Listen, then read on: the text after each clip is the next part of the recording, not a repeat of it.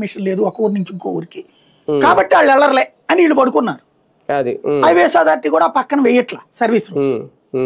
దాని ప్రభావం ఏమైంది, వీడు హైవే మీద తిరిగాడు. తాగినోడు హైవే మీద ఆడు తెచ్చాడు, ఇంతమందిని చంపాడు.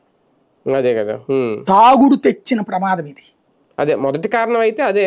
రెండో కారణం హై స్పీడ్ అనుకోవచ్చా? ఇక హై స్పీడ్లు సహజమండి, బస్సులు హై స్పీడ్ వెళ్ళక పడవల్లాగా తిరుగుతాయి.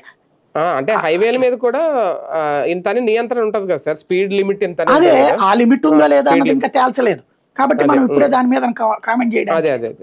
అయితే ఇక్కడ పాయింట్ ఏంటంటే ఇక మిగతా ఇవన్నీ వస్తాయి. ఇట్లాంటిది ఇన్సిడెంట్ జరగగానే ఓ వారం 10 రోజుల పాటు రోజు పేపర్లు రాస్తే, టీవీలు చేస్తే, మనం కూడా డిబేట్లు చేస్తాం, అందరం అయిపోద్ది. ఆ తర్వాత వారం అయిపోయాక, పాలెంది అయిపోయాక ఎవడు పట్టించుకున్నాడు?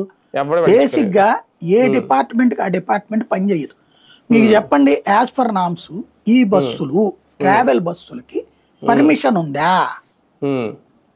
ఏం పర్మిషన్ ఇస్తున్నారండి వీళ్ళకి? Tourist permission. టూరిస్ట్ పర్మిషన్ అదే నేషనల్ టూరిస్ట్ పర్మిషన్. అది అంతే అంతే, నేషనల్ టూరిస్ట్ పర్మిషన్. అంతే. టూరిస్ట్ పర్మిషన్ మీద వీళ్ళు నడుపుతున్నది ఏంటండి? సర్వీసు. ఆర్టీసీ నడిపినట్టు నడుపుతున్నారు. అవును, ప్యాసింజర్ సర్వీస్. ప్యాసింజర్ సర్వీస్ నడుపుతున్నారు. నడపకూడదు కదా? తెలీదా రవాణా శాఖకి? తెలీదా ప్రభుత్వానికి? తెలుసు. ఎవడికాడు ఎక్కడ దొంగలు అక్కడే గప్చిప్.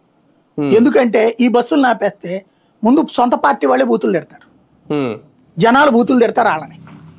ఎందుకంటే ఆర్టీసీలు ఇట్లాంటి బస్సులు మెయింటైన్ చేయలేవు, చెయ్యవు.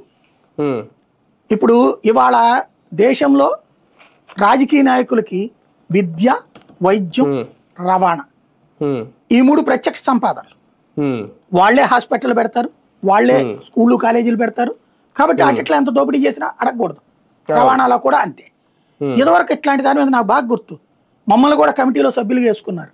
ఆర్టీసీ పరిరక్షణ సంఘం అని చెప్పేసి, దానికి మీడియా తరపున మేము కూడా సిటీ కేబుల్లో ఉన్నప్పుడు ఏంటది, ఆర్టీసీ కార్మిక సంఘాలు, పోలీసులు, రవాణా శాఖ వాళ్ళు, మేము అందరం కలిసి బస్ స్టాండ్ దగ్గరలో బస్సు ఇదే ప్రైవేట్ బస్సు ఆగకూడదు, అట్లాగే సర్వీసు కింద నడపకూడదు, వాటి మీద చర్యలు తీసుకోవాలి. ఇవన్నీ మీటింగులు, ఉపన్యాసాలు చాలా నడిచాయి. అప్పుడు ఏం చేసేవాళ్ళు, ఊరి బయట ఎక్కించుకునేవాళ్ళు ఈ ట్రావెల్స్ వాళ్ళు.